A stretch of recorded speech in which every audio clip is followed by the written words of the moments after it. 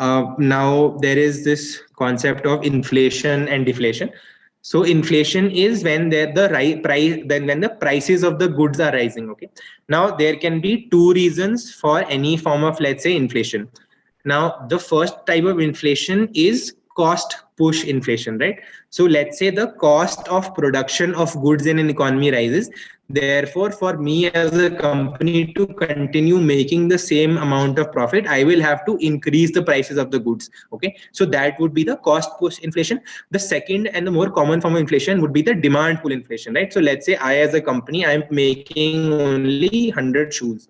Now, if there are, let's say, 100 people in the economy, it's okay. Everyone wants a shoe. I will sell that shoe at the market rate, right? Now, suddenly, if let's say at some point in time, 110 people want to buy the 100 shoes that I'm making, then obviously I will sense that I can probably sell my shoes at a premium, because now there is a competition amongst the buyers for buying my good, right? So the demand of the good is more than the supply of the good that I'm giving, and therefore this sort of an inflation is known as the cost pull inflation.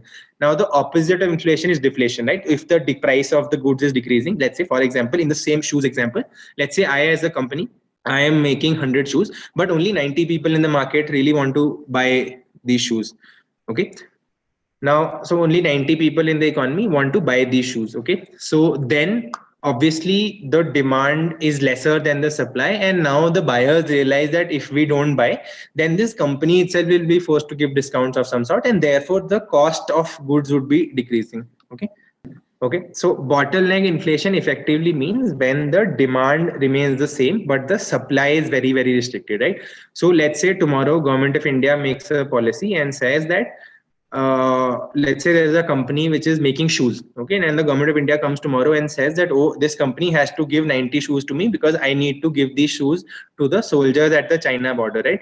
So in that short run, the company is unable to, let's say, increase its supply, because anything incremental that the company is going to produce will go to the soldiers at the border. So the company will only be left with these 10 or 20 shoes. Okay. So now the demand in the market is more, but the supply is not able to increase, maybe because of any government intervention, or maybe because of, let's say, there is no other producer of shoes in the economy, and that's the only company that can produce shoes.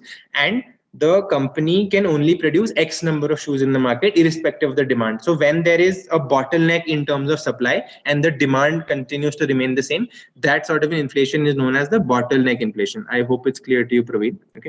So then there is another term known as recession. Okay.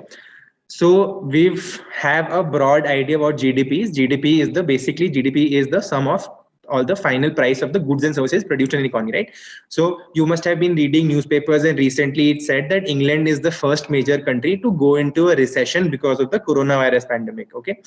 So, and I think the first thing that we read yesterday, the first article or the first current affairs that we read yesterday was that the Indian GDP is facing a slowdown. It's now growing at a 4.7% rate, which is the slowest in 7 years. Okay. So GDP growth rate is measured in every quarter. Okay.